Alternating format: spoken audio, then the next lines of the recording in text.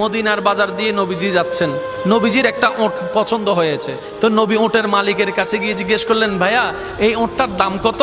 ওই দামাদামি হলো, নবী সে দামে কিনতে রাজি হলেন, কিন্তু নবীর কাছে তখন অর্থ ছিল না। তখন নবীজি ওনাকে বললেন, আপনি আমাকে ওটটা দেন, আমি এখনই গিয়ে আপনার সেই প্রাপ্যটা পাঠিয়ে দিচ্ছি। ওটের মালিক ওনাকে ওটটা দিয়ে দিলেন। আশেপাশে যারা ওটের মালিক ছিল সবাই জিজ্ঞেস করতেছে, এই পাগলা, তুমি কি যাকে ওট দিয়েছো তাকে চিনো? বলে যে না। নাম জানো? বলে যে না।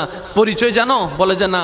ঠিকানা জানো? না। তো তুমি যে ওটটা দিয়ে দিলা, উনি যদি ওটার টাকাটা না ফাটায় তখন তো তুমি লসের মধ্যে চলে যাবা। সে ওটের মালিক বলে, এত সুন্দর নুরানি চেহারাওয়ালা কখনো বাটপার হতে পারে না, কখনো চিটার হতে পারে না, কখনো মিথ্যুক হতে পারে না।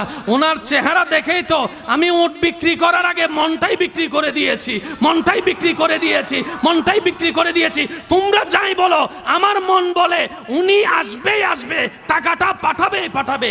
এই কথা বলতে না বলতে কিছুক্ষণ পরে নবীজির একজন সাহাবা এসে বলছেন, একটু আগে একজনে ওট নিয়ে গিয়েছেন,